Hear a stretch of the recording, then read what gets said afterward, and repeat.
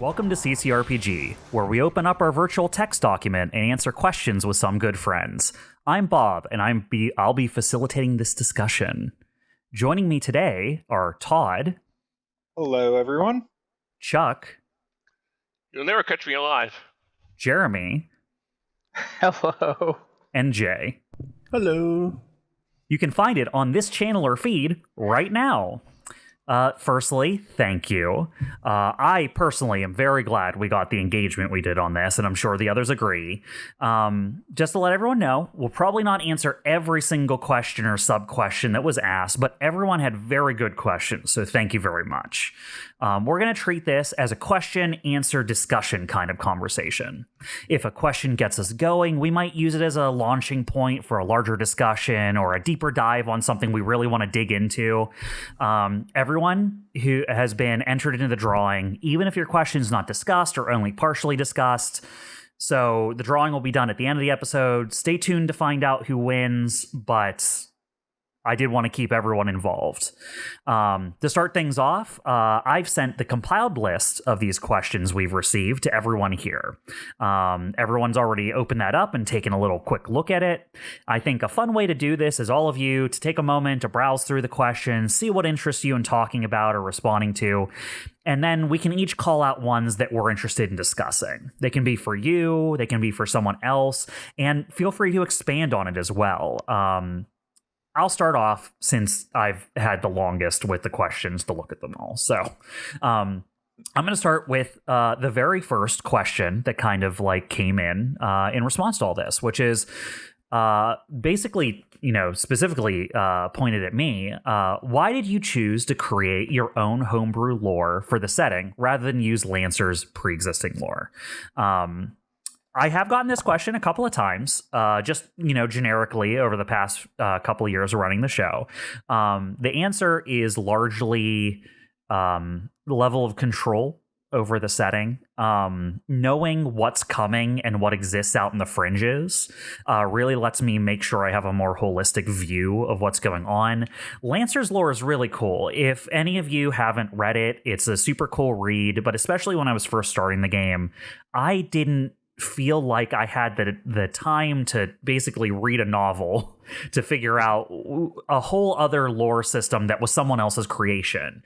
And as more people add to that lore and change things about that lore, I don't want those to be things that all of a sudden I'm being thrown as curveballs in the middle of me trying to run an entertaining game with a story I want to tell that I don't know are coming. So kind of making my own setting allows me to have a little bit more control over what we expect to see, which is, I think, the more general way of looking at it. Todd. Yeah, I just wanted to add something too. One of the things I think that's cool about your lore, your homebrew lore, is it allows for a little improvisation. So like on the day when we're doing a session, there might be a little thing that comes up. It adds character to the lore. One specific example I'm thinking of is everything is on UMDs. Like, I love that. Or the near extinction of tuna. Yeah. Like the data format is UMDs. Yeah, the tuna is like a rare resource these days. These little things come up, and it gives us the chance to add some like character to the background lore, which I really enjoy. And it's not that you can't do that with like a Lancer setting either, but you run the risk of creating something that you want to be your own in a setting, and then it coming at odds at something else that's important in its own world, I think.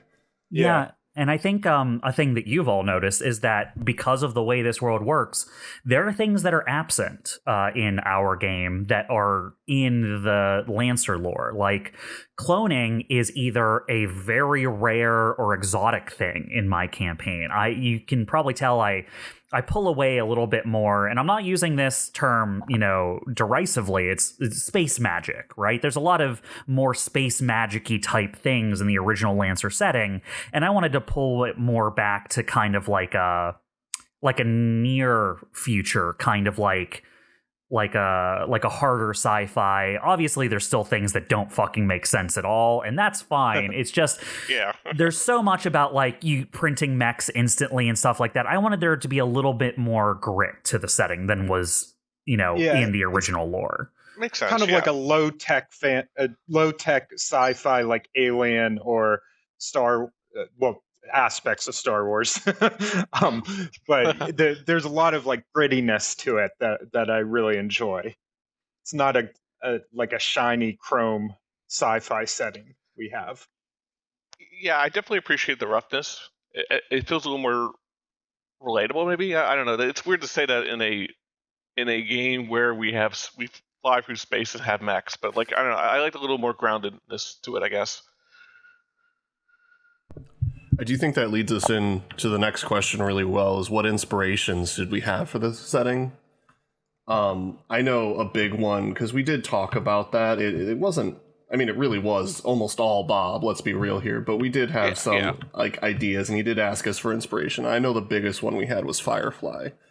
I loved Firefly, and it just seemed like such a great opportunity to put themes of that in the show setting.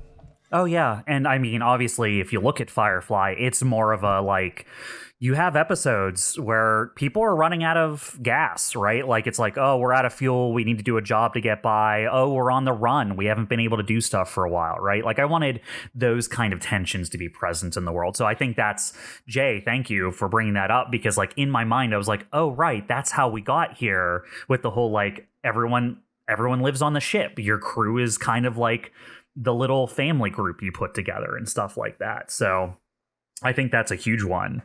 I would say for universe level stuff, for like what's going on in the galaxy, I know I was very heavily inspired by BattleTech lore. Things like I mean, the BattleTech strategy game that came out a few years back, that was a big inspiration. But also, a little bit more, I've been a big sci-fi nerd for a very long time, specifically mecha stuff. So my inspirations go all the way from like mecha fantasy things like Xenogears, all the way to anime like Gundam Wing, all the way up to things like Armored Core, Heavy Gear, BattleTech, Robotech, Robotech, all that kind of stuff. So it's kind of all over the place, but I wanted it to be very like, there are political entities and like they have wants and things they're trying to do, and like they don't have to be directly poking at everything you guys do on a day-to-day setting, but like I want what they're deciding for the fate of the universe to be like impacting what people's days are like. We may not see what happens, but we can definitely feel what their decisions are every single session. Yeah. Yeah, it's nice. I think some of the more interesting things that can happen to us sometimes are small things, like Bob mentioned, running out of gas, or things that aren't necessarily planet-wide problems or anything. It's nice to focus in on that a little bit. Yeah, and it's not like we're keeping copious notes like this is how much gas we have in our ship. But we can't do anything ridiculous. Like we can't just fly indefinitely in our ship to any point in the galaxy. Bob's going to eventually step in and say that's not physically possible. Like you need like more resources to do what you're trying to do. Yeah, and I've specifically brought that up a few times where we talk about like instantaneous communication, right? Like being able to talk to someone instantaneously in a real-time conversation who's more than like a system away from you, that costs resources, and that's always been a background thing. And I like that tension being there because you guys have never abused it, right? You're like, okay, no, this actually isn't important that I talk to them this second, so I'm just going to send it as a message and I'll hear back in a few days, which serves dual purpose for me as a GM because that gives me time to think about a more like comprehensive response, getting into the mind of the person who's reading this and then responding. But also, it's like, hey, if this conversation needs to happen right now, then you decide what level of importance that conversation is, right? And you can tell, is it like a now thing or is it a later thing? And if you start making everything a now thing, then I get to start bringing complications in. Yeah, I think there's... go ahead, Jay. No, go ahead. It's definitely a balance, because every single time I'm like, okay, do I want to send it? Do I need to talk to them now, or can I wait a few days? Yeah. And I really don't want to overstep that boundary. Go ahead. Yeah, I was just going to say, I think there was one time, I can't remember exactly, where I did that exact thing. It was like I wanted to send out some sort of communication long range, and Bob was like, you can do it, but there's some risk. And I don't even think you told me exactly. It was just something in the background. Like, if you do this too much, something's going to come back and bite you. So it's definitely something like we're always mindful of. Like, we can't just go anywhere, communicate to anyone, do whatever we want just because we're in a sci-fi environment. There's still like resources we're using. There's still risks inherent in every action we take, which I do like, and I think like everyone here is considering that, when they're making choices in the game. And I have a question for you, Bob, on this topic. I don't see it in here, so how did you come up with that limitation? Is it just something that you came up with by yourself, or you're sitting on the toilet one day and had a stroke of genius, or? You mean specifically like the communication limitation thing? Yeah, and that kind of thing that you've been putting into the game too. I know like the warp travel thing. Like, we have a ship that can do that. We're a little bit less limited, but like, we need the gates and everything. Was that like a Mass Effect inspiration? So or? There's a lot actually that comes into it. So it is. So here's a fun thing. If you make your own setting, you can make custom rules for that setting that specifically deal with bugbears you have, right? So it's like, oh man, I hate, like, how it's like horror movies are like, we need to figure out how to break everyone's cell phones because the horror movie breaks down if everyone can just call 911 from their cell phone, right? Yeah. So they break everyone's cell phone at the beginning of the movie, right? It's like, I don't want it just to be a sci-fi setting to be like, you're in constant communication with everyone across the galaxy instantly all the time.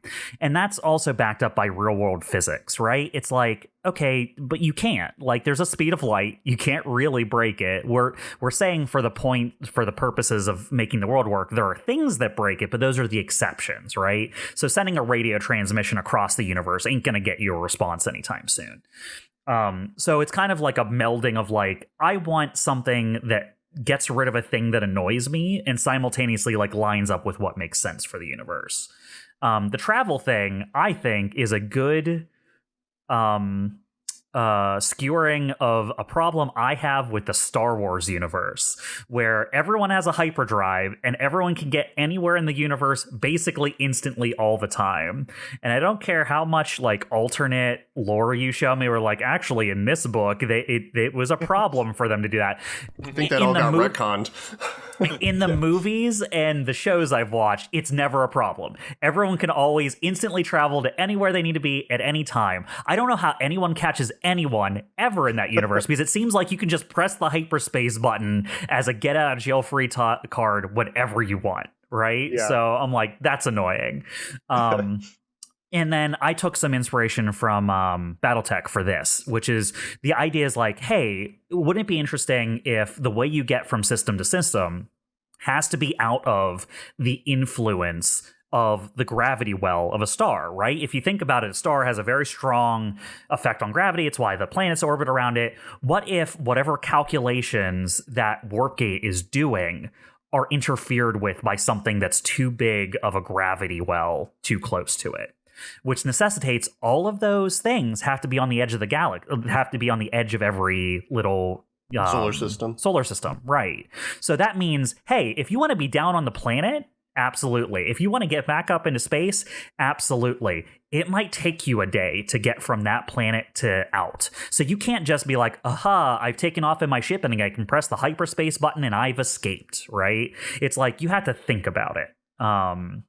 And it makes the universe, to me, feel more real in that, like, space is big and should take time to get through. And I think instantly warping to every point you want to get to all the time kind of takes away a thing we get from experiencing space. Is like, space is big. It takes forever to get through. You could be quote unquote close to someone in outer space and never see them, because close in outer space is so relative that it's like close could still mean you're nowhere near seeing them visually.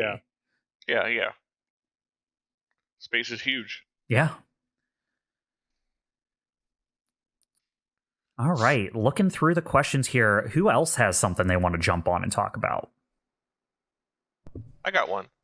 This is for Jay. What was the process for creating Steve? Like, I know there's a lot of stuff around him that we're starting to find out. Like, how did the discussion around his allegiance go about? Steve is... It's a little interesting. Cards on the table. I created Steve because it was necessary for the story since Rock left. It happened naturally. It happened with his backstory and where he came from. It made sense for him to step away at that time. So I needed a new character if I still wanted to be here. So I made Steve and made a rough backstory for him, but I didn't really flesh everything out right away. Cards on the table. It took a few sessions, actually, before I kind of got an idea for where I wanted to go. I'm not obviously going to go into all the allegiances and where exactly he stands on everything. It's meant to be ambiguous at the moment. But I sat down with Bob and talked about a few different things, and we fleshed out some, I think, very interesting backstory for him. And I imagine that Steve and where he comes from and what he believes in is probably going to be important to the overarching story for a while, if I had to guess. But it definitely seems to be the case, especially with recent developments. Like, we're definitely starting to dip into a lot of Steve's background a little bit, and it's interesting to see how that kind of mixes in with like what's currently going on with the plot. Mm-hmm. And I don't know if it's obvious to anyone listening to the campaign, but the other players like us, we're learning about Steve too. Like we don't know his backstory. We don't know we don't really know his allegiance or like what he's trying to do. When he shot Ruination Conditioning, that was as much as a shock to me that it would be to a listener. Like, I didn't see it coming. It was fantastic. So that's really cool. Oh yeah, that was great. We're all finding out at the same time. So like, I remember after that recording, we were like, "Holy shit, did that just happen?" Also, thank goodness RC's gone, but that's a separate concern. Solved a problem for all of us. Problem solver right there. One other thing I didn't mention is visually when I made Steve, I got a lot of inspiration by how he looked from Carl Heisenberg from Resident Evil 8. So if you ever want like a mind's eye of that character, just think of that guy. Where's his huge sledgehammer? I mean, you haven't seen it yet. Yeah. Give it time. Yeah. I mean, Evelene just borrowed it and repurposed it into a drill, okay? Yeah. It's a real answer. I lost it. Yes, a sledgehammer drill. Well, if I may, from the same person, Sea Legs, they also asked, since we're talking about characters and inspiration, they said, if you had to choose actors to play characters in the upcoming Lancer movie or TV show, who would you guys pick? And I think that's kind of a fun question. For me, I think I mentioned this early on, but when I made Astro, I had a specific actor in mind, and that was Ed Norton. And I don't really know why I landed on him, but it just seemed right. So like sort of younger Ed Norton from Fight Club days, I would say. But that's exactly the person I had in mind when I made Astro. So I would say in the movie he needs to be played by Ed Norton. It's perfectly cast. Oh god, I have no idea who would play Dyne. Okay, well I'm going to jump in and take this before anyone else does. Steve would have to be Pedro Pascal. Oh my god, yes. I like that. I think that would be awesome. Yeah, that actually makes me wonder, if you had to pick for Rock, who would you pick? That's going to take some more thought. I'd have to think about that. I feel like Rock would be maybe more of like a newer actor or something. Like I don't have someone in mind. Yeah. I don't know. Let me think about that for a second. Maybe halfway through this I'll come up with it. I think I got one. Like, so we were looking at these questions right beforehand, just so we wouldn't be completely blindsided. And I basically spent the rest of the time hammering it out, and I got someone, which unfortunately doesn't work out too well, because I'm thinking for Evelene, maybe Carrie Fisher. Now, unfortunately, Carrie Fisher has passed away, so I can't use her Like technically. But magic. Like if we can pick Yeah, any alive or actors dead, we any want, generation. Yeah, Yeah. totally. you could pick Liz Taylor if you want. But So tell me, how old is Evelene again? Because I had an actor in mind for her. you know, I have to double check my notes, but I've always assumed she was in her like mid to late 50s. Oh, okay. Well, this actually works a little bit better because I thought she was younger than that. I was thinking Frances McDormand for Evelyn. Frances McDormand's very like a blue collar actress. If you don't know her, she was in Fargo. Oh, yeah, I could roll with that. Yeah, I had to look her up, but yeah, I know who you're talking about. She was Marge in Fargo. So I was sort of thinking like the Fargo era Frances McDormand, but yeah, maybe even like 50s, 60s age Frances McDormand. She's like a real rough, gritty lady, you know. So I thought that was a good fit for Evelene. I like that a lot. Yeah, I mean, I'm gonna switch my answer to that actually. Hey, what are you thinking about for Dyne, Jeremy? I have no idea. Ah, I am not really good when it comes to actors, so that's Is that's there how it a take me movie- longer than this entire time. Is there to a figure that movie out. you've seen where you're like, I don't know who that person is, but that guy, you know, like It's been a while. I don't. I'm gonna have to pass on this question. I honestly don't know. I mean, honestly, I'm googling actors with good mustaches. I'm just gonna say, who has Henry Cavill has a good mustache, like in Mission Impossible. Yeah. Specifically, the Mission Impossible. He's way more buff than I expect. Dyne is. He definitely is. Okay, I got Rock now. Okay, yeah. Has anyone seen the One Piece live action? Yeah. Yes. The guy that plays Zoro, Makinyu. Okay. Oh, okay. yeah. I'm into that. Just I like that. styled differently, basically. But yeah, totally. Hear me out, Jeremy. Jason Lee. As I do an internet search. My name is Earl Actor. The My Name is Earl guy. Okay. I wasn't expecting that. Yeah, he doesn't always look like that, though. Oh no, but like in my head, you know. Yeah. I could see it, especially like the younger version of Jason Lee. He's evolved in a way. Yeah. I'm not his older roles, no. I was actually one more for him. I was actually thinking like Ian McGregor.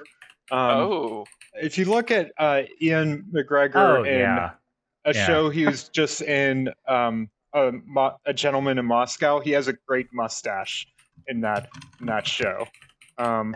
So that's kind of like a good Dyne. What is he? A good pizza chef? That is is he? That's good. Bob, yeah. I want to connect you on this one. So I'm going to ask a different question to lead into it. What NPC have you made up that you feel the most connected to? Like, so I don't want to say an insert for you, but like, you know, you really vibe with that one. So there's two. There's two that are really close because I was actually wondering for myself the other day, like, you know, if I had to answer something like this, would I pick an NPC? And in my head, the two that I am like most closely fond of or familiar with are Torse who unfortunately she's been absent from the show for a little bit, but I really liked her as like my kind of NPC's voice in the crew for a while there. And Ren Polides. They are a character that I spent a lot of time thinking about, and I'm very interested in having show up more. But I'd say it's between those two. And then follow up actor, actress. That's the biggest issue is I am bad at movies. The funny thing is, so just to give you an idea, like where they exist in my head visually, like what I think of when I think of these two characters is Ren Polides. I always think of them based on their fashion, what they're wearing. Like in my head, they are kind of what they wear. Right? Like oftentimes you find them wearing the kind of Grease Monkeys outfit of like they like getting down with their engineers that work for them and doing the work. But when they're in, out on the town or coming to meet you guys for a meeting or in their own office, they're wearing high fashion, like fashion designer fashion, like runway fashion, right? So like when I was thinking of Ren and in the first few episodes when I first introduced Ren, those were the kinds of outfits I was describing as I looked up things from like various like fashion designers and stuff, because that to me is where their character lives. My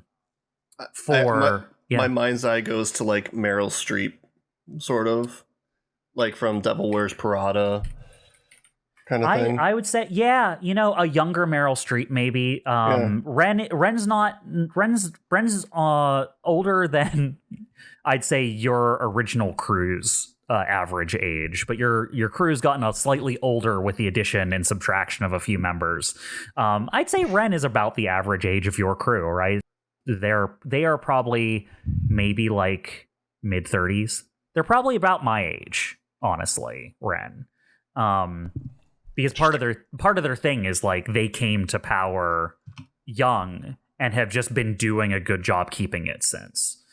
And then for Torsay Lee's, I got really inspired by a drawing I saw someone do of this is what Futaba from Persona 5 would look like 10 years older. Basically. Oh, that's interesting. Like a grown up Futaba is basically what I base the visual design of Torsay on. Yeah, you know what? I remember you sharing that picture when I was working on the character art, and I was like, yeah, I can get behind this. That's funny. I didn't know that. Yeah, let me see if I can dig that up. I can share it in chat later. You know what? I forgot, and Todd made me think of this. I didn't read the person who I took your first question from. So the first question I asked to start things off, the homebrew lore question, that's Aiden Beasley, 3221. We should probably read off the nice people who asked us these questions. Whoops, when we asked. Sorry. It's funny. I had every intention of doing that while we were going through those questions. Yep, me too. But it's hard to remember things sometimes. Another person was at Sea Legs, and was there another person we did as well? At Sea Legs had two that we took. Yeah, we took two from them. Yeah, you're right. So another one, since we're kind of talking about inspirations for characters, this is for everyone from starting from level 1, 9510. Question for everyone: what were your inspirations for your characters in world building? I think we talked about world building a good deal, but like, what were your inspiration for your characters, for the PCs maybe, and like their background they came from? For me, Astro, it all stemmed from picking a background for my character, and that was celebrity. And then after that, I just went from there. Background. Yeah, I was like, you know what? This would be interesting if, like, instead of the usual kind of like person you'd expect to find on like a mercenary starship crew, I just had a straight up famous guy who's like full of himself, which I have loved, by the way, as a person running the game. Astro's existence on the crew has allowed me to do much. Yeah, and it's kind of funny because for Astro, it's like this all started as a vanity project for him.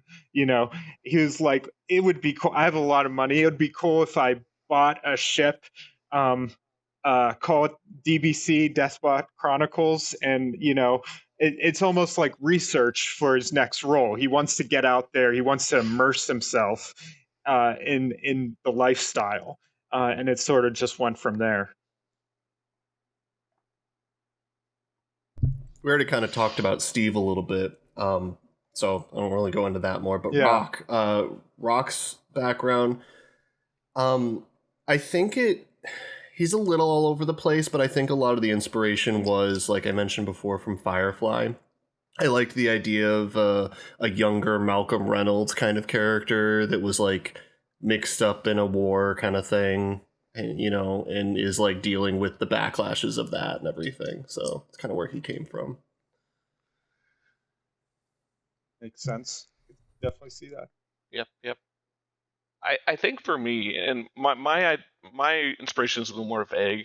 For Evelene, I was thinking just like a badass older female character. Like I was trying to think of like what are things that I would want to see if I was watching.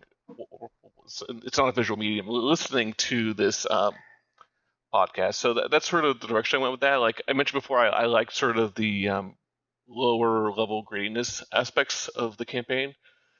So that's sort of why I was like going for like a mechanic, which eventually became a miner. Like okay, someone who's a little more like into the mechanic side of things, and I kind of rolled with that. The other thing with Evelene, and I know I've said this a number of times to you guys, but I don't know how much this ended up in a recording. But I've always considered Evelene functionally a dwarf. I know we're not in a fantasy setting, in a traditional D&D setting, but I've always imagined that if we were playing D&D in that kind of setting, that Evelene would 100% be a dwarf, and that's kind of evident based on like her build and like her eating and drinking habits and that sort of thing. She does the things that dwarves do in a fantasy setting. She's a miner. She likes drinking. She's a little grumpy. Yeah, Actually, Dwarven fascination with tuna. Yeah, okay, I will circle back to the tuna thing, but honestly, it didn't occur to me till just now. Like the miner thing was completely organic. I didn't even consider that being a dwarven thing. That's funny. It never occurred to me, huh? You're like, this is just a space profession people have. Yeah, honestly, that's what it was. Yeah, like a miner. That seems like a good blue collar class. How fortuitous.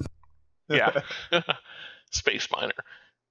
With regards to tuna, and I don't want to go too far in depth with this because I know we're still waiting on other people to give their character origins, but the tuna thing was sort of like a thing that kind of came out of nowhere. I was like thinking like, what is something that is kind of not great to be eating, but like could be a decent thing to be eating, just like you happen to have a can of tuna in your hand, that sort of thing. And I kind of roll with that.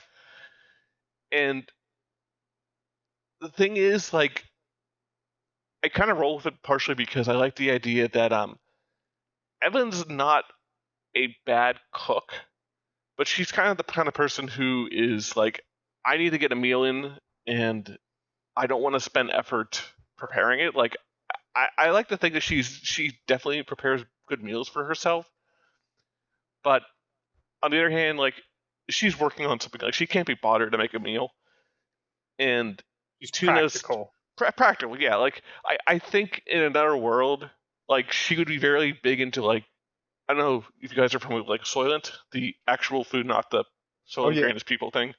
Yeah, like, I drink that. Yeah, like she just wants to get the nutrition in, and like having tuna available is sort of her means for doing so. It's an interesting glimpse into the mind of Chuck, I think. Yeah. I don't know if that's a good thing or a bad thing. It's one of the rarest commodities in the universe, and I think the DBC has about 99% of it.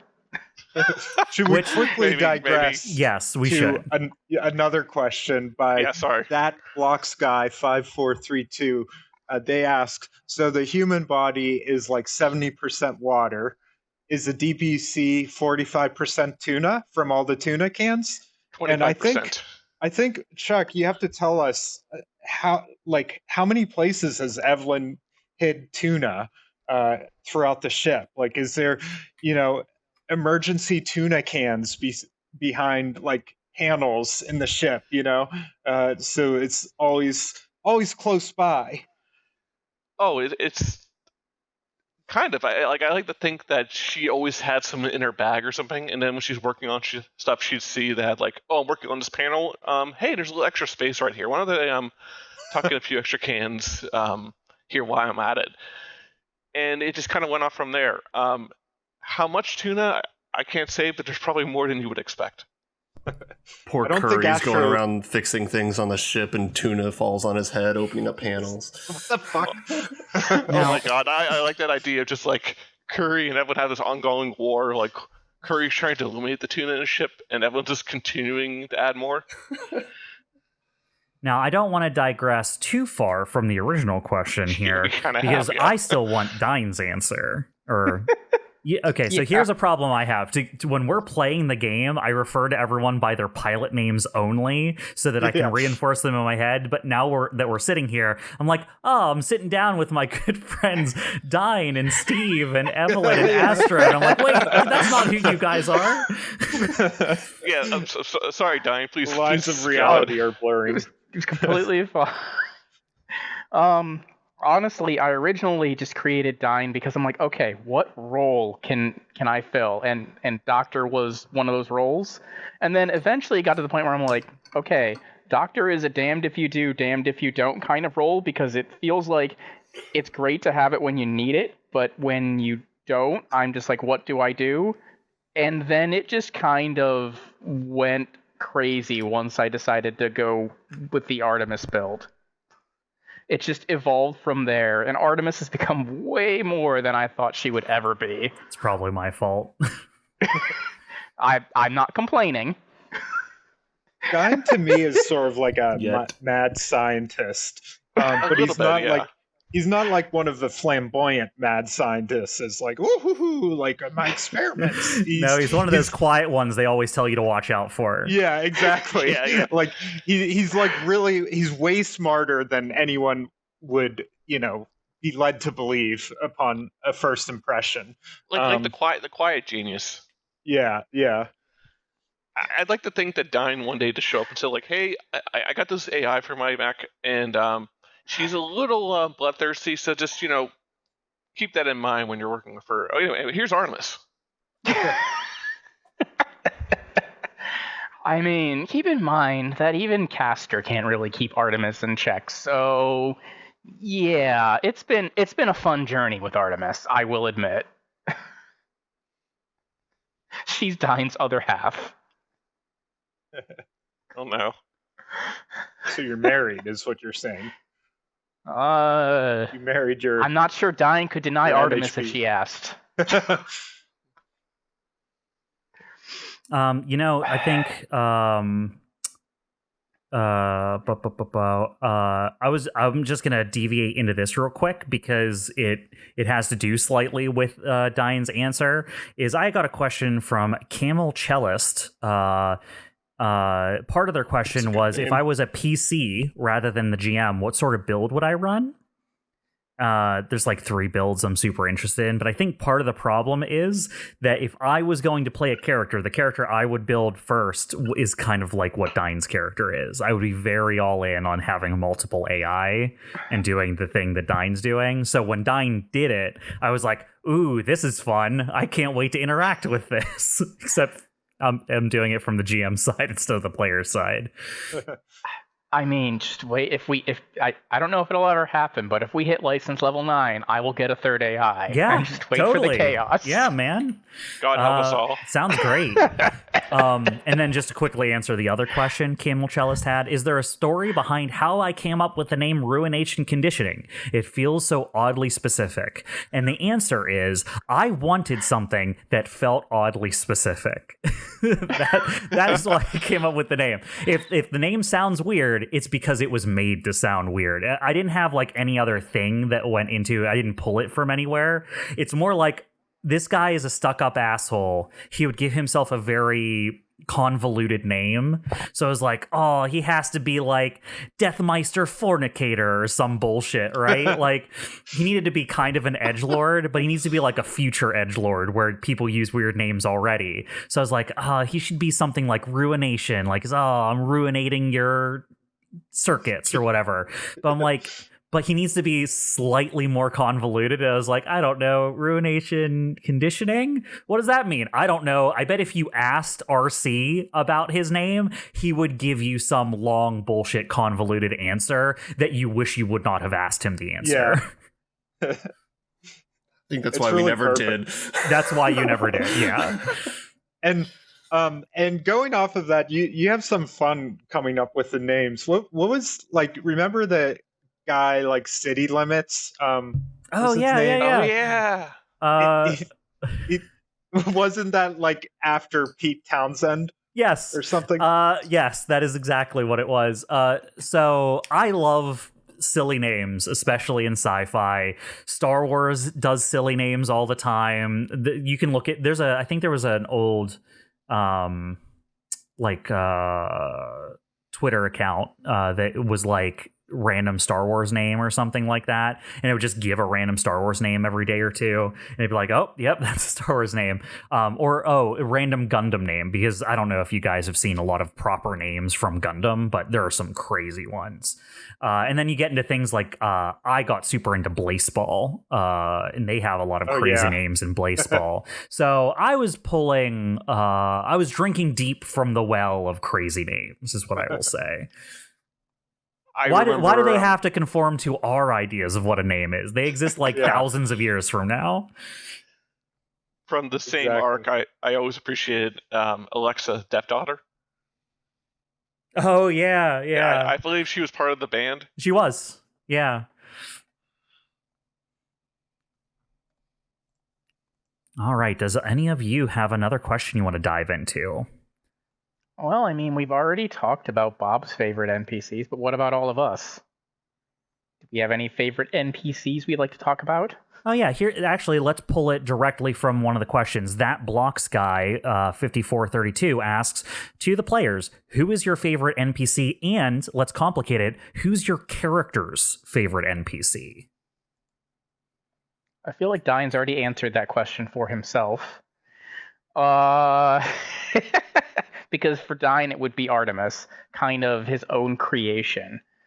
But as for my favorite NPC, I think it would definitely be Torsay. Torsay is definitely my favorite NPC this game has had. I would say Torsay is definitely Astro's favorite NPC. Will you come back, Torsay? Yeah, please come back. Good luck. And as far as my favorite NPC, I have a few. I loved a lot of the different pirate NPCs, like when we were on the scavenger planet. What was that one guy that was part? I forget the name of the group, but they were like Knights of the Round Table or whatever. The 40K guys. And the leader of that. That guy was fun. Yeah, was so fun. He was like so like full of himself and so like proper and ostentatious, regal. He would Crux call Croy. Crux Croy. Yeah. He would call me Astro Jamin with a G, as if like my last name is a contraction, and he would just like interrupt me, and speak over me when he deemed it fit. He was very entertaining to interact with. Definitely a presence. Yeah. Crux Croy was very good. I really hope we see him again at some point. I'm not sure how it would work, but he was good. Well, you that's an never know, open really. question, Sure, because that arc ended in a semi-failure and chaos happened on that planet. So I think the fallout of what happened there is going to inform some things. Oh boy. I think like Ren and Torsay and Jessica for me are all like too easy, because those are they're all up there, like tied almost for me is like favorite. But outside of those, I am blanking on his name, but the guy that works under Ren that Steve interacted with quite a bit. Nolarian. Nolarian, thank you. Nolarian Desseria. Nolarian the brother of I Epic Desseria. I think for a similar reason to Crux Croy, he is just a presence when he's around, and he kind of like leads the scene almost, whether intentionally or otherwise. I think he's very fun to have around, and I hope we can interact with him more later. You know what's fun, and I'm just going to digress slightly here, is I run other games for a similar group of players. Like, it's these 4 plus some other people in other games I run, basically. And in a lot of those games, I play it a little bit more straight, right? It's a lot more like fantasy, serious, and when I'm playing the NPCs, they're kind of the straight men or straight people to, like, Our sometimes Monty Python crew. Yeah, sometimes Yeah, the player's yeah. Monty Python like affect, right? Because this is like more space opera-y, more out there, more like big sci-fi, I feel like I can have characters that are a little bit more theatrical, right? And that's almost what I think of them as. When I think of Crux Croy or Nolirian, I think of like, oh, they're like stage presence kind of people. They're the kind of people who, like, you can almost imagine when they talk to you, they like puff out their chest and almost look like over your eye line slightly, like they're talking to a crowd, you know? They walk in the room and the camera instantly turns to them, you know? Yeah, because I don't have a lot of characters in like my home games that are like, oh, and the necromancer comes out of his keep and he goes, forsooth, you have forsaken your lives as you enter my domain, right? Like, I don't do that in my other games, but like, I feel like these people can just be kind of like off the wall people, right? And like, it doesn't mean they're less effective or less like competent, but they can be out there personalities, which I am enjoying playing. Well, Yeah, it's we enjoying to definitely interact with them too. Yeah, get a big range of different personalities. So, and it informs how we have to interact with them too. You know, how we, you know, because usually when we're talking to different NPCs, we're trying to get something out of them. So you're looking to, you know, amend their personalities. What about Chuck and Jeremy? Have you heard from you guys? Favorite NPC, character's favorite NPC? I'm trying to decide on what my favorite NPC is. We've listed a bunch of them already, so it'd probably be one of those sets. I've already listed mine, so Mhm. Yeah. For Evelene, though, I'm leaning toward Curry.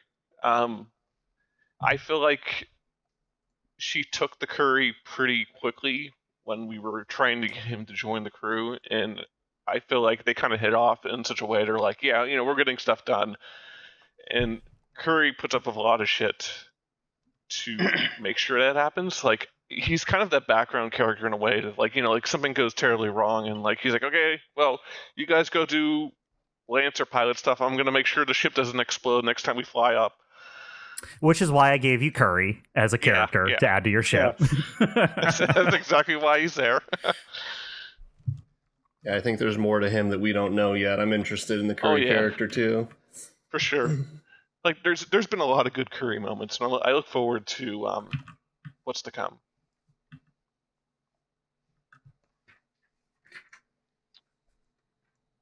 Dyne, what was your favorite? I know you said it was listed, but just curious, what's Dyne's favorite character and what's your Artemis. favorite Oh, Artemis. Yeah. Oh yeah, Dyne, Oh, no, Dyne's you did favorite say character that. is That's right. Artemis. Yeah. Yeah, You were the I started first one. it. Yeah. yeah. Yeah. Makes sense. Oh, this question is great. Amelia G _ music asked, what would you say is the biggest changes you've noticed in playing / producing the show between episode 1 to now? I mean, I can definitely answer that people have gotten more comfortable with their characters and like doing stuff to like fuck with the system of Lancer a little bit, rather than just like, you know, when we were all in like, oh god, we have to learn how this game works at the beginning. Yeah.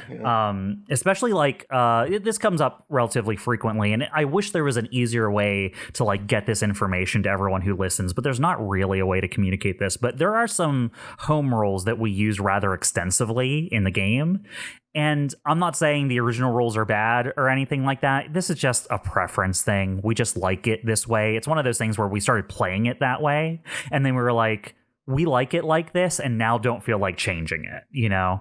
Like the way we do structure and heat, right? Like that's just a holdover from when we were doing like the tests, the pilot tests for the game before the rules were like set down in stone and things were changing all the time.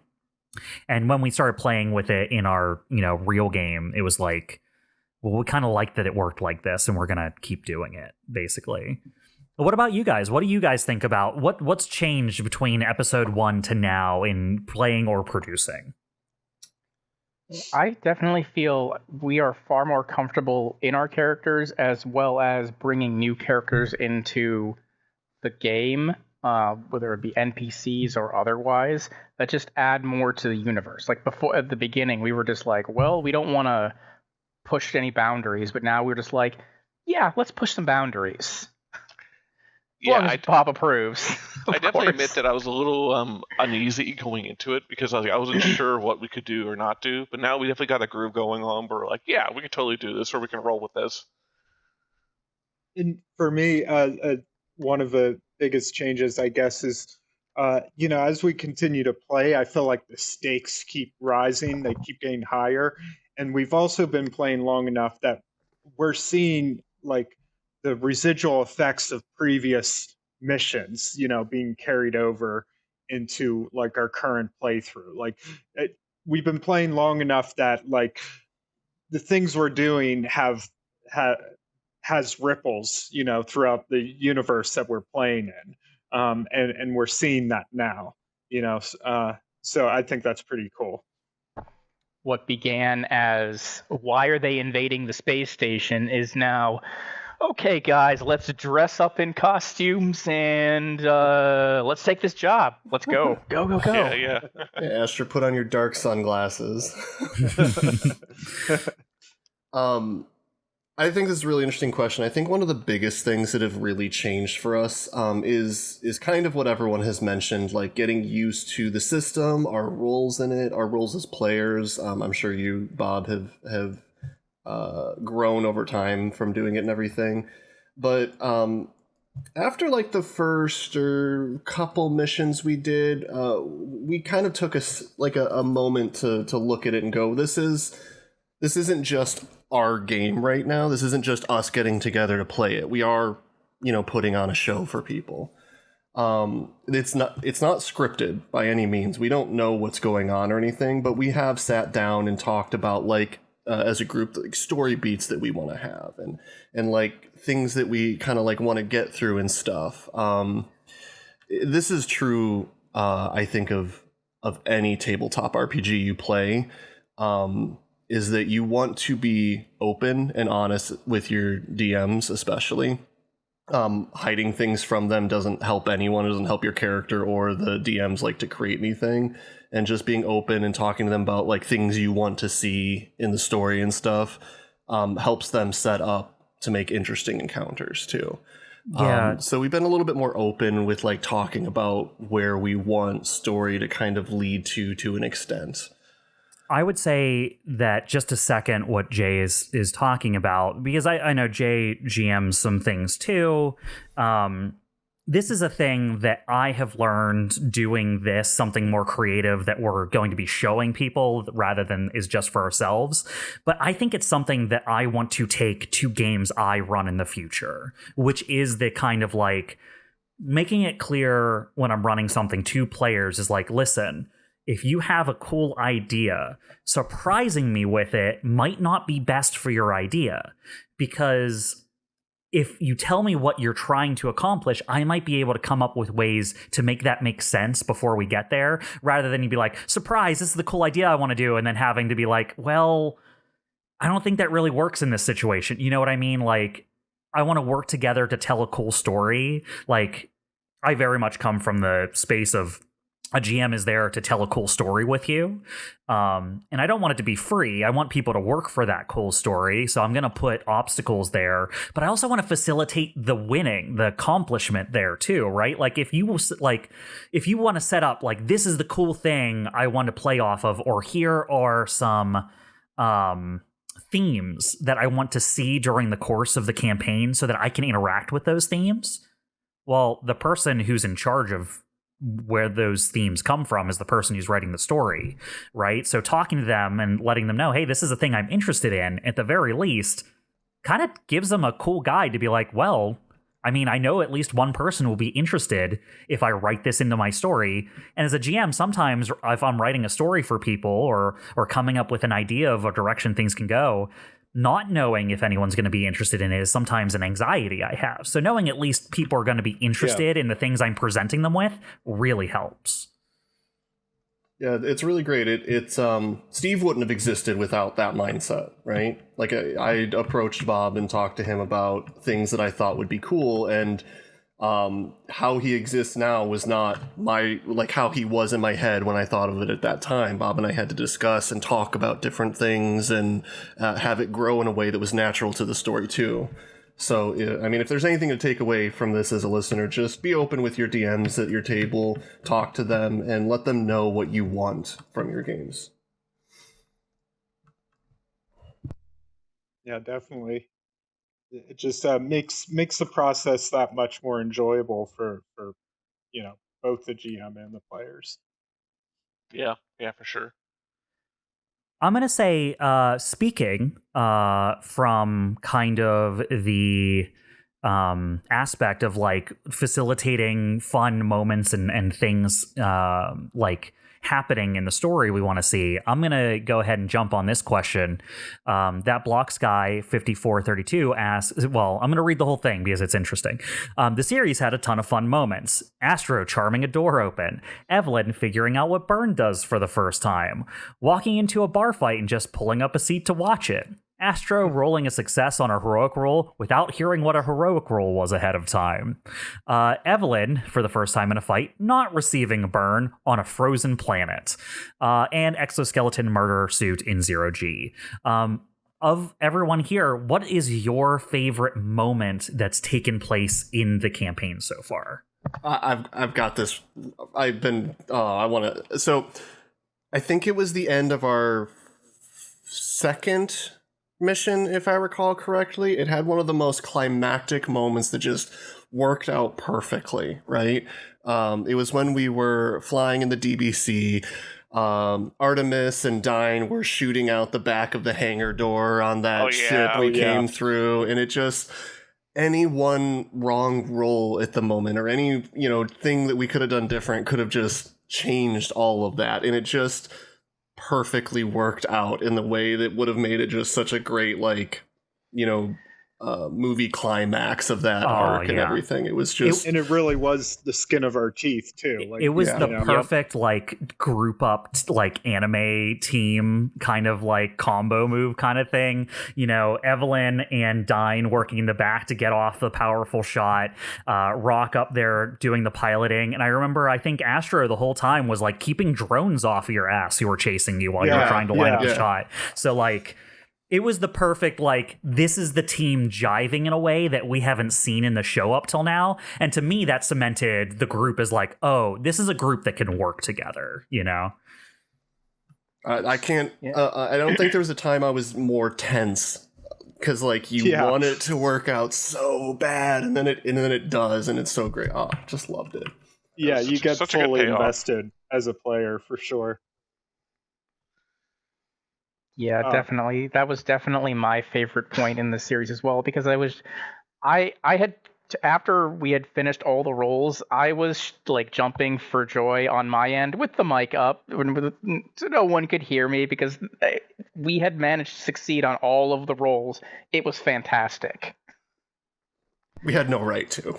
None at all. Yeah, no. We're probably going to pay off at some point for having so many good roles there, if we haven't already. I mean, I am sure we did. Yeah, that's true. With some of the nights that we had. Yeah, I mean, a great example is the pirate mission. I mean, we failed that one, really. Like, all intents and purposes. More or less, Yeah. I think the pirate mission is a good example of, like, you don't need to succeed on the mission that's on paper for the campaign to make progress. You know what I mean? Like, you guys found out a lot of stuff there. A lot of narrative things happened. Things moved forward. But, like, the stated goal of that mission, ultimately, you didn't get there. But that's okay. The story goes forward, and there's still other things going on. And I like how hard we had to work on that one. Is it the ferrous fluid or the ferrofluid? There's two things. There's the ferrofluid, and there's the... Yeah, it's medium, the Vesalium medium. Vesalium medium, medium. yeah. Yes. The ferrous fluid is what is the self-healing stuff that runs through Yeah, those. so it's funny wolves. because both of these super space techs just happen to be on the same planet. So ferrofluid is the thing that's almost like non-organic self-healing skin for the mechs, right? Like it's a self-healing goop that when it overheats it explodes, basically. Yeah, and one of my favorite moments, now that I'm thinking about it, is how we had to work so hard to get a sample of that, because it was challenging because it could explode at any minute. And we were able to freeze it, but only temporarily. And it was like a real puzzle for us to try to figure out. So And a puzzle that like you had to work out multiple times because you originally Right. found the stuff in the turret. And then that got blown up, I think, right, by the people who were Yep. hunting you. Yeah, But then yeah. you Yep. found a back way to get it where you brought an enemy mech down to 0 where they didn't blow up, yeah, but they weren't, their mech was down as well. So you're like, oh, we're just going to haul this guy back. We know there's some ferrofluid in there somewhere. Yeah. So I thought that was cool. and another favorite moment of mine. I mean, I have a lot, but I'll just mention one more. We were talking about when everything goes right. Well, I also really enjoyed when things go wrong. Last time when my Goblin mech got destroyed and my NHP Lynch died or had to be left behind, and I think Evelene, your mech was destroyed too, wasn't it? It was, yeah. Mhm. Yeah. It was just like a lot of things went wrong, and we just barely made it out of there alive. And I really like that moment because it hammers home that like you know things are dangerous. Like the stakes are high, and you could just like fail and die. Like that can happen. Once my mech was destroyed, I was out there in person. I could have just been like squashed or something. I could have been straight up killed. So it really goes to show you how dangerous these situations can be, and it definitely makes the game more fun to play. Yeah, I'd say that we basically hit on all my favorite moments, but one other moment I want to call out was back when we were on AO Station and we were trying to, I don't know if we were trying to deliver it or escort the ferrous fluid back, and we ended up running into that crew from Corsac. I do appreciate how like we ended up like tying I think it was like a veteran from Corsac, and we're like, okay, we will have to return him, but we're also going to write asshole on his forehead before we send him on a ship Oh yeah. back to Corsac. I can't help that you guys like being Chaos Gremlins sometimes. It's fine. It happens. Look, I forgot about that. It's the nature of tabletop games that you're always going to have, like in like D&D, you have the murder hobos, or like there's always some chaotic moment in these kind of games. I can't kill you, but I can hurt your pride, NPC. Yeah. Now, I know, Jeremy, you said, your favorite, at least, was that combo moment. But is there any other moments you can think of over the course of the campaign that you want to call out that stuck out to you? So back on the pirate mission, when we were assaulting that one area and we literally lost by one at the end of one turn when I got knocked out of the zone. Oh Oh yeah. yeah, that was rough. It's so hard sometimes because it's like I could ignore it because from the GM side is like I could ignore this. It's not like I'm playing to win, okay? Let me put that out there. I'm playing to create interesting stories, right? But like I had to look at this situation. I'm like, they kind of fucked. This is what they would I looked do. at it. And I'm like, they kind of fucked themselves strategically. Now, do I Yeah. want to punish them for it? And then I came to the decision internally. I was like, yeah, I think it'd be kind of fun to punish them for it. So I pushed you out of the zone at the last second. That's what those turrets were there for. I gave them that ability specifically to do that. And because that wasn't Yeah. picked up on, I was like, I have to use it. Yeah, fair. Mm-hmm. No, that was definitely one of the most frustrating, but definitely one of my favorite. All right, so I'm going to ask a question now, just because I think I want to get it out there as information, and it's not the most deep question, but I think we can make it so, because people want to know this and people ask this, and I've seen this in other comments over time. We don't often discuss what everyone's license level and what our mechs are loaded out in, and I'm not asking you all to like list every system and subsystem y'all have, but I'm curious if you could just like describe to the audience what each of your mech's like base stuff is and what your concept for the mech and where you want to go with it is. Alrighty.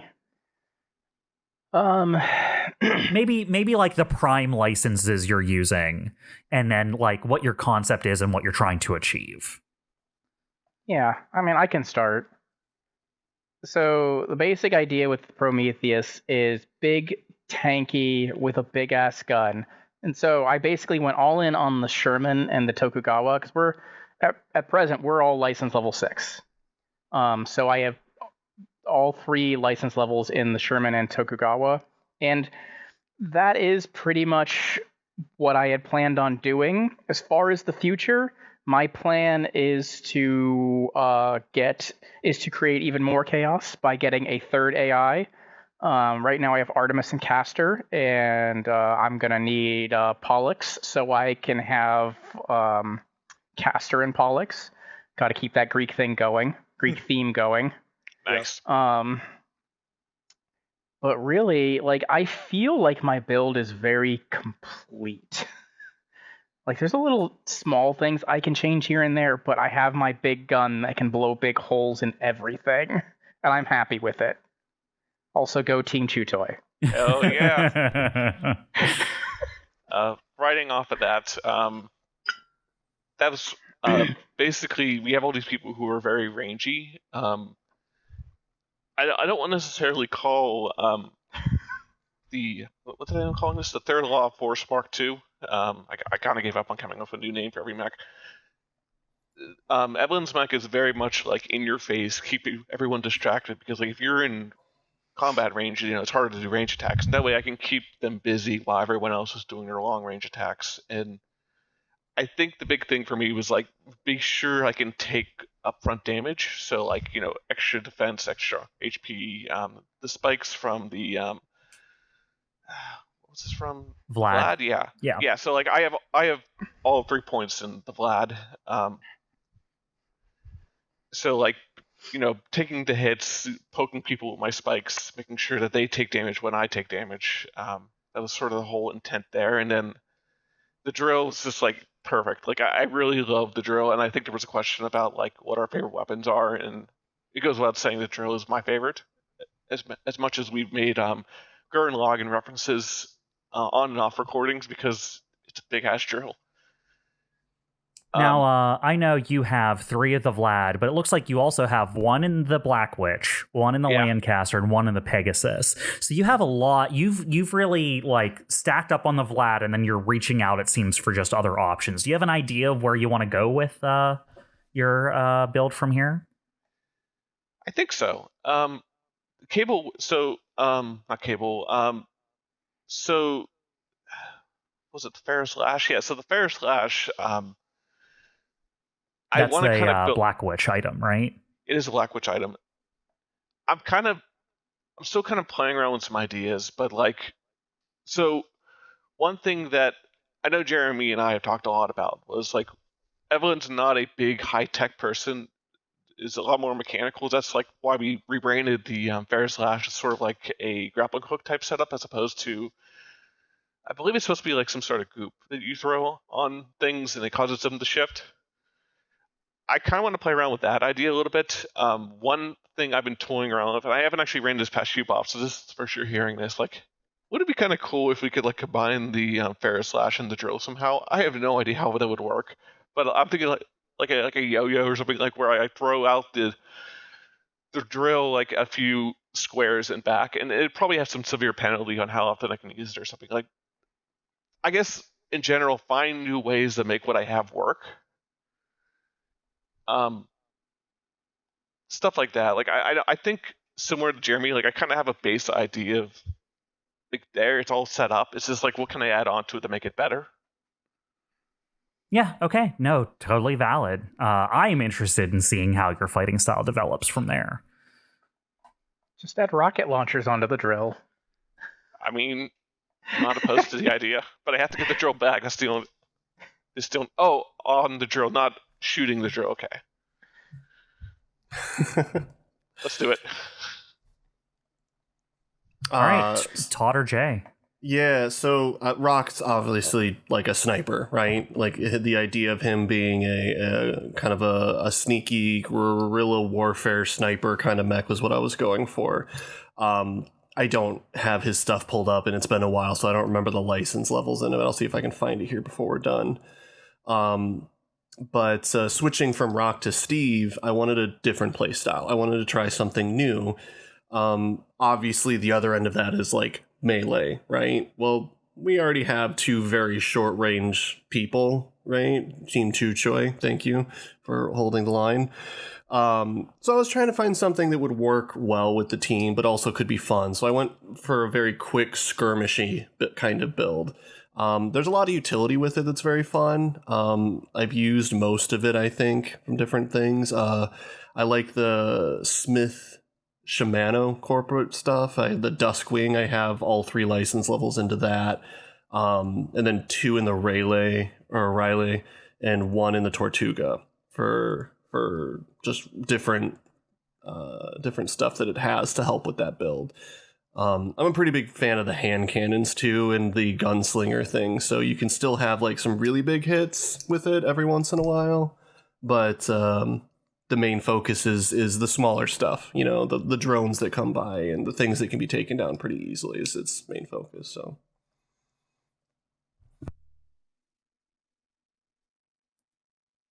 All right, I think that leaves our local celebrity.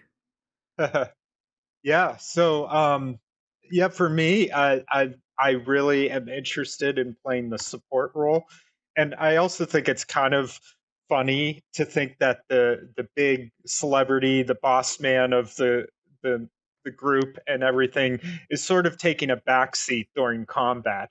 But it also makes sense in a way because I kind of built out this character as like a tactician. You know, he's sort of like the general behind the front lines, um, you know, trying to get a lay of the land and assist where he can. So, you know, I went all in on the Swallowtail license, all 3 ranks. I like that build a lot. I like um, the way you can support players and get a better idea of what the battlefield looks like and everything, you know, with the Lotus projector and the tactical simulation stuff. And then I also put some points into the Minotaur and Goblin to get more invade options for hacking. So when I do an invade, I have a lot of options as to what sort of hacking effect I want. You know, whether it's like the puppet system thing or the eject power cores, where they're just like for one turn they're screwed. So I like to have a lot of hacking options, you know, present. For a little bit, I was in the Goblin frame, which would have been super useful if, you know, Rock was still with us, because I took the spotter talent as well, all 3 ranks of that. And that has a lot of like benefits if you're adjacent to an allied character. You can really help them out. So like if I attach the Goblin to Rock's character, who's like a sniper, you know, I can have him roll twice. You know, I can you know, have him take a reaction. You know, if I use lock on, there's a lot of cool synergistic stuff. I just didn't choose Goblin at the right time. Um, but yeah, so I like the support role. I like that sort of hacky role. You know, like he's in there in his mech, cloaked often, and he's like, you know, doing all the electronic warfare. I barely ever use my physical weapons. I do have them. I have a Mordor and a Oracle LMG auxiliary, but I if I'm have to use my physical weapons, then something's wrong, I think. And I did pull up rock stuff. I have 2 in the Barbarossa and 2 in the Death's Head, using the Death's Head, like a modified Death's Head frame for him. But he was only level 4, so who knows where he's going to go from here. Yeah, who knows? Maybe we'll get to check back in on Rock in the future and see how he's developed. Yeah, he's probably dead. Well, rip. All right, who has another question they want to get to? Well, I mean, we've talked about our mechs, but let's see, where is it? Starting from level 1, 9510. What are our favorite weapons? But let's also expand that to favorite systems as well.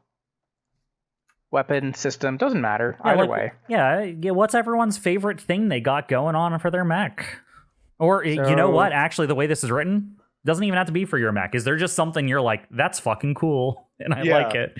Yeah, so obviously, my favorite weapon is the ZF4. Whether it hits or misses, it's always a spectacle. It always just brings up the tension, because it does so much damage if it hits, but if it misses, it's still going to leave a visible hole somewhere. But for my favorite system is actually Chuck's Fair Slash. The way he's been able to use it throughout the campaign has always been pretty innovative, and I'm sad that it's not something that I can reasonably use. I just don't have the turn space to actually use it. Mine's pretty easy. I've kind of zoned in on it on Rock in the first place, and that's like the sniper aesthetic and everything. And to tie into that, my favorite system, which Rock didn't have, but may or hopefully will have in the future, is the external ammo feed. It just shores up the problem of loading the giant railgun that you have.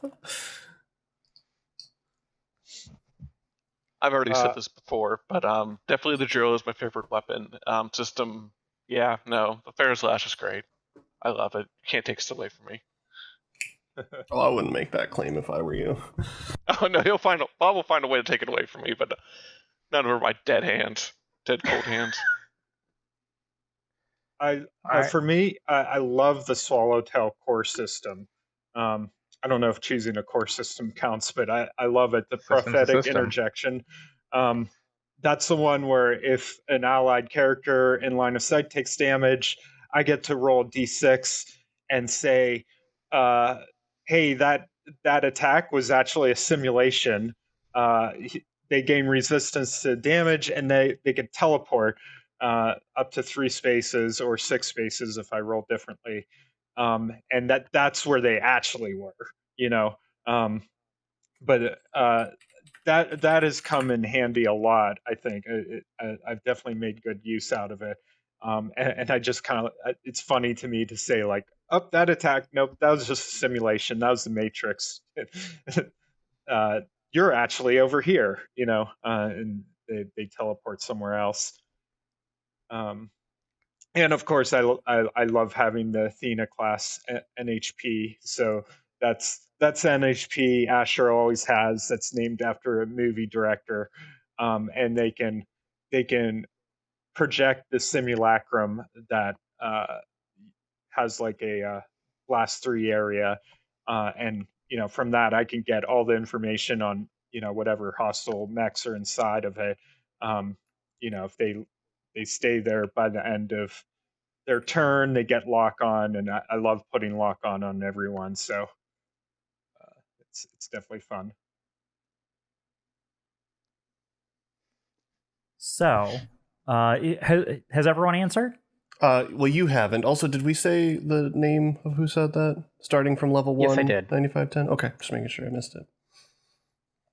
So I do have one because I was building a test pilot the other day because I was thinking, there's a person that I think has license levels, and I wonder what their build looks like. So I was building the other day, and I realized they have maybe my favorite weapon I've seen so far. So it's from one of the supplements. Have you guys looked at the Atlas? It's an SSC from Long Rim they added. Yeah. No, I haven't. The Atlas license has a rank 3 weapon called the Terashima Blade.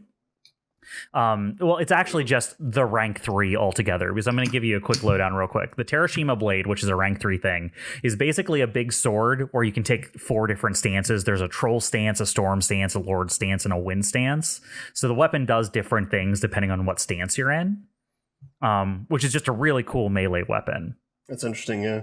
But the other thing it has is this thing called the Jägerkunst, Jägerkunst 2, and it has an ability called Fatal Clash, where basically you force an opponent to start rolling off hull and agility checks with you. The loser takes damage, but you can choose not to lose and keep going. You can take 2 damage to force the contest to be re-rolled. But both sides can just keep doing that. So it's literally it's a game of chicken, right? So Yeah. if you're fighting back and forth, if it's evenly matched, it's like, oh, I lost, I'll take 2 AP to like do the clash again. And then the enemy will be like, oh, I lost, I'll take 2 AP to do the damage then. They can keep doing that until one of the 2 structures. So That sounds fun. it's just like they force each other to make rolls, and you can just keep making the roll re-roll until one of the 2 character structures themselves. That's fun. So it's called Fatal Clash. It's an all-in. It's like it's really a you're locked in here with me kind of mechanic, which I really enjoy. Fight to the death. Yeah. You said that was part of the Atlas? The Atlas, yeah. Yeah, it's their rank 3. It's Jägerkunst 2. Mm-hmm. All right, who has another question that we want to talk about here? Oh, we got another one from That Blocks Guy 5432. What was it that brought us on this journey? Why make a TTRPG podcast show? Why the name CCRPG? And why do Lancer? I think that's a really great question. I don't even really remember some of the answers to that. I'm hoping you guys will remind me. I do remember, though, we did come up with the compelling compiling name a long time ago when we started putting out other videos on YouTube, like Let's Play stuff and everything. Yeah, and we just decided we wanted to sit down and do a TTRPG for it and try out the format, and it's just stuck, really. Yeah, I mean, really, the quick one I can answer is why the name CCRPG. That is simply just because we came up with the name of our group to be Compelling Compiling. The only thing that's the thing, I won't say the only thing, we got some good engagement on some of the Let's Plays we did back in the day. Specifically, like, I know Todd did Astro for a while that people were interested in, things like that. But yeah, Todd and Chuck, yeah. We just decided we were called Compelling Compiling, and we're doing an RPG, so CCRPG. Why do Lancer? That's easy. Because I'm the GM and I'm obsessed with mechs. So there you go. That's why. That's all you need. It wasn't my decision to do Lancer, but I was very excited to do it because I don't think I've ever done like a sci-fi tabletop game. I think all of us were interested in doing something sci-fi because we've done so much fantasy in our personal games. Right. Yeah, I don't think any of us, like, you came to us with Lancer and you're like, hey, it's a mech tabletop RPG. I don't think any of us were like, eh. No, we were all on board at the beginning. Like, that sounds great. Yeah, no. Exactly. Everyone loves giant robots. Then let's see here. I want to ask. So this is just an opportunity for me to quickly pass on something. That Blocks guy 5432 asked me, to the GM, which character the players made are you most fond of? I couldn't pick a favorite child. I love all of them equally. Wink, wink. You know, if I had to answer this, because I like all of them for what they're doing, right? Like, I think every character has a purpose, and I think the things they're doing are really fun. If I had to pick one character to hang out with that I think would be a fun hang, I would probably want to hang out with Dyne. Dyne seems like a cool guy. He seems like he knows a lot of stuff. I think I could learn a lot from Dyne, is what I'm saying. Plus, I work in medicine. He works in medicine. I think we would get along. That's fair. That's fair. Well, you won't be getting any autographs then from Astro. That's too bad. I think darn. Let's be fair. Astro would give you an autograph whether you wanted it or not. Astro sounds like an insufferable hangout. Like, here's the thing. That would be rough. I'm not a movie guy. It's not that I don't like Astro, but I think you, Todd, would have more fun hanging out with Astro than I would, because you know about films and stuff, and I don't. So yeah, one of the aspects of Astro is that he likes movies a lot, and that's because I like movies a lot. So I definitely brought that personal trait into Astro. From the same person, that Blocks guy 5432, there was a question about would we make sticker merch or any kind of merch. We talked about this actually real briefly here beforehand, and like, I don't think we're opposed to the idea. We were joking around, like, you know, if we made a sticker for each of the different characters, what would they be? And well, I know, like, for Evelene it was easy. It was going to be Evelene on fire, like that Elmo meme. Yeah, it has to be Elmo on fire, but Evelene instead. It has to be. Yeah. It's the only thing that makes sense. Easily bestseller. Yeah. And then I think for Dyne, we were talking about like maybe like a pizza type situation, like him like with the chef's hat and holding a pizza box with a completely mismatched Pizza set of paddle. clothing. Oh yeah, that's right. I mean, he covers so many roles. He needs the chef's hat. He needs like the doctor's stethoscope around his neck. He needs like a technician's like tool belt around his waist. Like he needs to portray it all. He's clearly the jack of all trades. But he also masters them too. It's not fair. Master of all trades, I guess. Jack of all trades, master of all trades. He's the doctor on the ship, but how often have I used that? Like 3 times? 4 times? In some very important situations, to be fair. Yeah, like I said, it was one of those situations where damned if you do, damned if you don't. It's an important role, but it doesn't come up often enough, and I'm like, I want to expand out. I want to have a place in the story other than sitting in an empty room with lab equipment. Yeah, totally. Honestly, it's fair. He's the opposite of McCoy Bones from Star Trek, who's always saying, like, I'm a doctor, not a so-and-so. You're like, I'm a doctor, and I'm also this. It's a yes-and situation for you. It really is.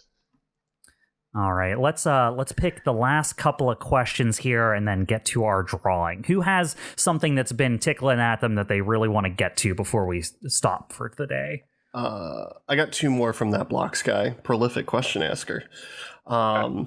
This is mostly to you guys, and I think it's a yes or no, so I think it'll go quick. But what is a secret your characters has, or do they have any secrets that haven't been revealed yet?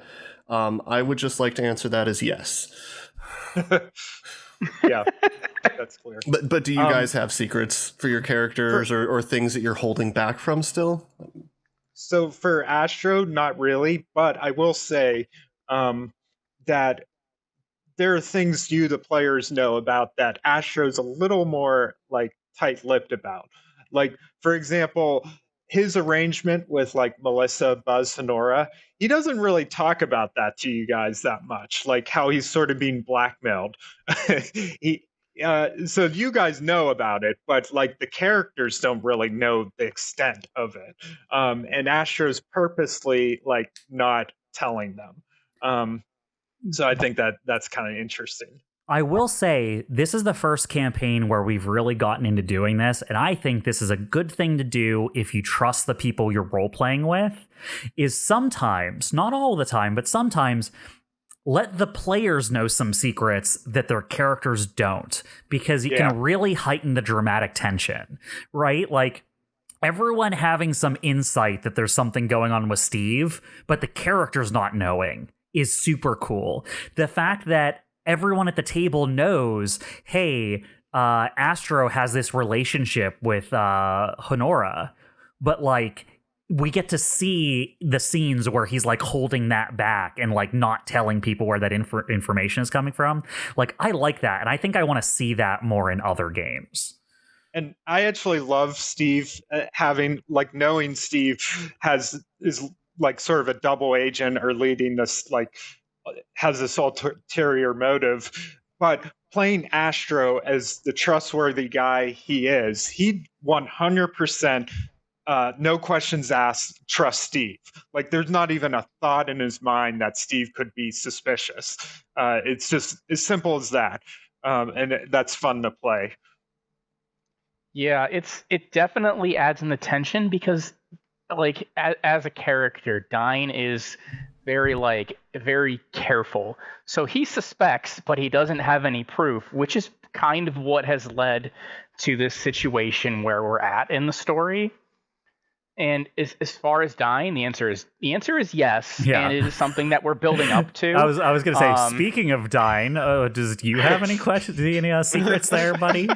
The answer is yes, and I will say it has to deal with his background as a member of the Farfield team.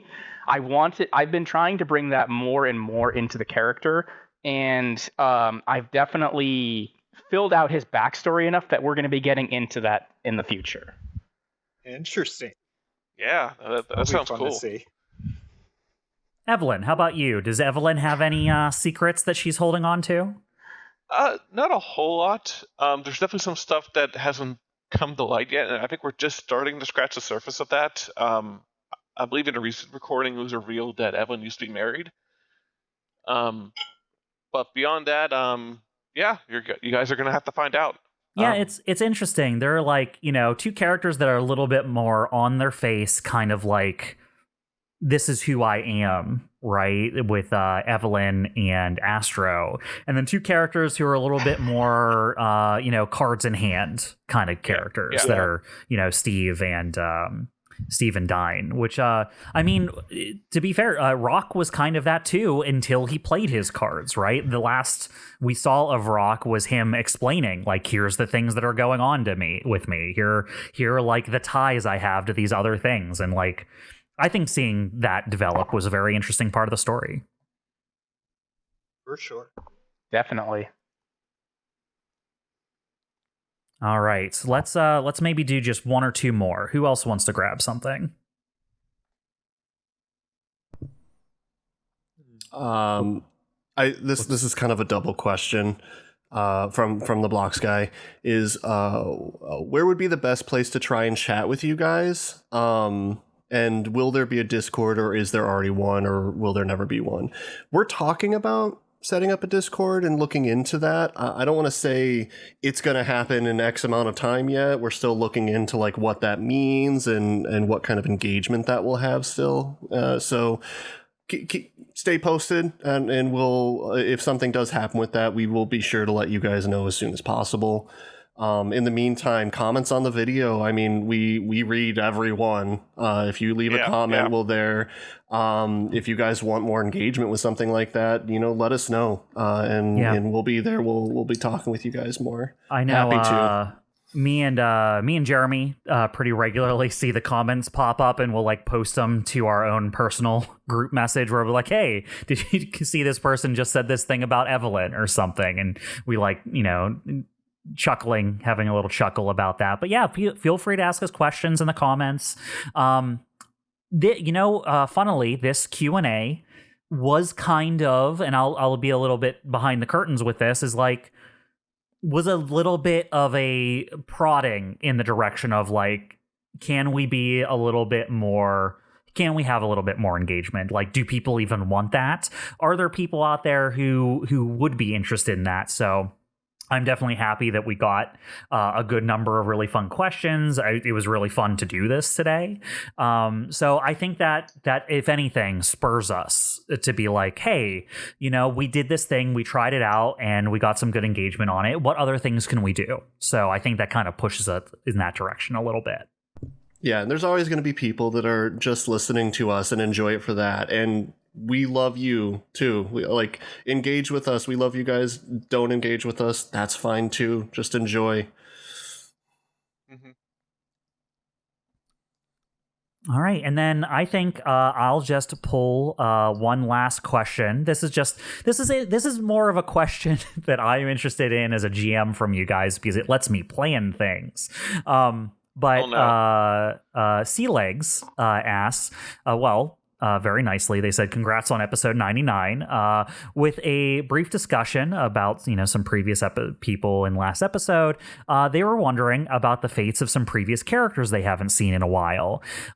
Which characters do you guys find yourselves thinking about? Are there any characters that we have that you haven't seen in a little bit that you want to see or interested in what they're up to, or like wondering where they're going to pop back up in the story? Not necessarily your favorite characters, but like, I wonder what that guy's up to. Is that going to show back up in the story? Yeah, so I could definitely answer that for one character. Although I'm blanking on her name. My contact in White Rabbit that... I think I have that right here. Hale Oberruder? Yeah, Hale Oberruder. I remember, like, I owed her one, and she helped us out, like, get settled in White Rabbit, and then we had to leave with the whole planet in chaos. So I'm wondering, if she made it out alive, even, or what she. I had that page open because they're on the same page as Crux Croy. Okay, yeah, like I'm wondering if Hale, if I'll see Hale again, and if Hale Oberruder is going to be super pissed at me. I think it's fair to say blanket statement. Almost everyone from the pirate arc. I'm hopeful that we see them, and I'm also hopeful that they're not all going to attack us on sight. But we'll see. I actually would like to hear from the Noblesse Affair. Like, I really liked Casper Heatcoat. And I know we've mentioned them on numerous occasions, but it'd be nice to check in on them at some point. I feel like they're just like in the background all the time. Like, and they're, I just get the sense that they have a hand in things, even if it's very indirect. And I'm sure we will see them again. I could probably make a list, honestly, of all the characters that I'm interested in still that we don't have full information about. I mean, there's no Lyrian, Curry. I mean, they've been around recently, but there's still so much to know about them, and I still want to see more. What was the other one I was just thinking of? We were talking about this a little bit before the recording. If anyone has been around for a very long time with us doing this, we actually did a quick run of Lancer before. We wanted to bring this up. Yeah, we had a different cast. It was me, Todd, Cody, actually. Right. Was it just us three, or was there one more? I can't remember. It was 4 people. Was it four. Jeremy? Chuck there? Who's the other person? Chuck. Was it Chuck? I think it was. No, I wasn't there. I just did art. I think it was literally this cast to swap out me for Cody. Yeah, it was Jeremy, Jay, Todd. It's been Cody, so long. Yeah. Right? Yeah. No, I wasn't part of the original Lancer. Really? I didn't think so. I think it was just Todd, Cody, and I. Oh, maybe it was just the 3 of you. Yeah. Yeah. I think you were the 4th, obviously. I ran it. Yeah. You know what? Yeah, that's right. Because I remember I had to draw the mechs, and I was like, I discovered that I don't like drawing mechs. So, Yeah, I think it was just a 3. But that, interestingly, is the same universe. Those characters that we made exist in this same universe. Oh, yeah. And I would love to see if that ever comes up. I'm scared to see if that ever comes up a little, but yeah, but our it'd be pilot interesting. playthrough back when we still had the test rules for Lancer before everything was finalized, and part of why we have some of the home rules we do, those characters worked for Manticorp. They were like trainee pilots working their way up through Manticorp, and like obviously I was pushing things in a direction where it was like, oh, isn't it weird that you're working for these assholes? What do you want to do about that, right? Like, it was pretty obvious what I was doing. But like the characters they met, y'all saw them. Like you there are some characters that are in this thing that were from those pilot sessions. So it wouldn't be surprising to see your original characters just show up somewhere in this world somewhere. Right? Are they still with Manticore? Are they now, separatists or something? Like, I would be interested to see if that comes up. Also, Torsay. And who haven't we heard from? Jeremy. I'm kind of curious about what happened to Dion, my scientist friend who helped me build my mech. I hope he's doing well. Probably running from the core worlds. Well, we set up an interesting thing, which was, he's from the Federation of Former Colonies that is not on good terms with, why is my brain breaking now at the end of the recording? Cygnus State. The Cygnus State. Okay. We always call them Corsac because they're the big gads who keep punching down the door when you guys are around. But that's not the name of the state. They're just like their military.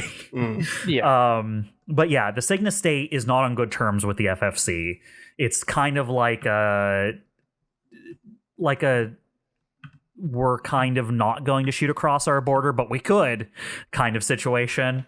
So he's from the FFC, and like when tensions ran high and like that announcement happened from the president of the Cygnus State and like all the stuff happened with the rebels and stuff, like he had to go home, right? It wouldn't be safe for him to stay here. So yeah, I'm also, we'll see if that loops back in. It's likely, And for you, Bob, do you have any teasers or ideas of anyone that we might see soon? I would say in terms of people that are like floating around in the background, I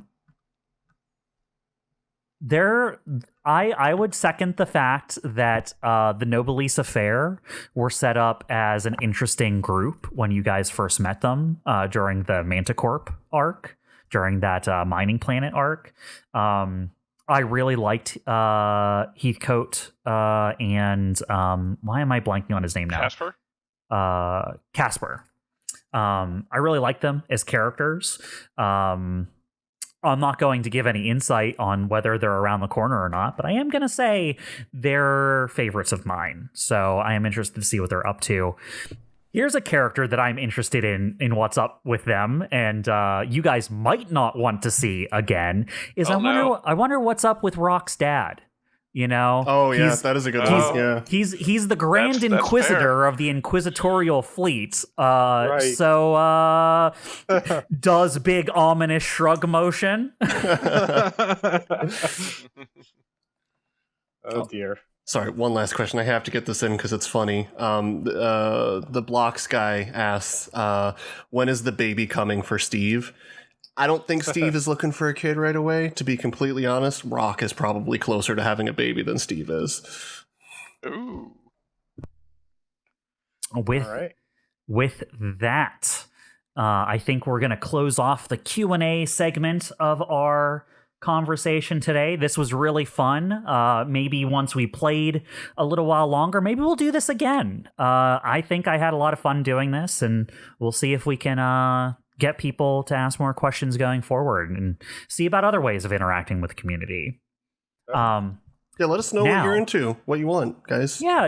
I think sure. if anyone who's listening to this, who had a fun time listening to this, or has other things they want to see from us, actually, I'm going to call out right now. I added on here, Sea Legs asked a question and then responded to their own question with, also, I'd love to see you guys do a playthrough of Stardew Valley. That'd be fun. I love Stardew Valley. Same too. But yeah, we used to do Let's Plays. I'd love to do something. I think me and Todd might even do a couple episodes of getting back into We Were Here Forever, because we did a few episodes of We Were Here as a little escapey puzzle game. So maybe we'll get together and do that. But yeah, I'd love to get to do more stuff. But I want to end today's episode with the drawing. So for my friends here, I'm going to share my screen. There we go. I've just gone live for y'all. I've created a little internet spin wheel with the names of all the users who asked us questions here today. The Wheel of Question. And I'm going to press the go button here, and whatever name it lands on, that's the person who's going to win the Lancer Core Rulebook. I already have it ordered and pre-ordered, so it's going to be coming to me as soon as the next printing comes out. And that book will be going to... Oh, it makes the noise. It's awesome. Ooh. So close to an edge. Camel Cellist. Woohoo. You have won the Lancer. You've won Cancer. Congratulations. You've won the Lancer Core Rulebook. I will get that to you as soon as I get it. What I will need from you is within the next week or two, I need you to reach out to me. You can send a message, I think, to our account on YouTube. You can send a private message to the account and just give me a way to contact you if you want me to contact you through Discord or something like that so that we can discuss details, or if you just want to send me that information. You can also do this by emailing me at compellingcompiling@gmail.com. If you send it to that email, I will also see it. And then we can discuss from there how to get you that book. But congratulations. Yay, congrats, Camel. Congrats. Yeah, way to go. That was fun. Thanks All again right. to everyone who asked questions. Thanks to everyone who asked questions. If you enjoy what we do, please let other people know. The only way we grow is for more people to find out about it. We would love to do more things, but it needs to be justified. You know, if we're going to open up a Discord and there's only like 2 people that are going to be active in there or something like that, we're not going to feel like it was really like, did we need to... We all live very busy lives. This is all an extra side hobby for us. But who knows? If it ever takes off, we might be able to put more effort into it. If we get bigger responses, we'll want to put more effort into it just from a motivation standpoint. So let us know what you want to see and tell other people about it. Lastly, I want to thank my lovely friends who joined me here today to answer these questions. This was a really fun time. Yeah, it was. And thank definitely. you, Bob, for running this, setting together, and putting up so much work into it, because you do a 100%. lot. There's no question. Very much appreciate it. And with that, we will sign out today. Thank you, everyone, and we'll see you next time. Bye-bye. Yep. See Bye. you Later. later. Bye.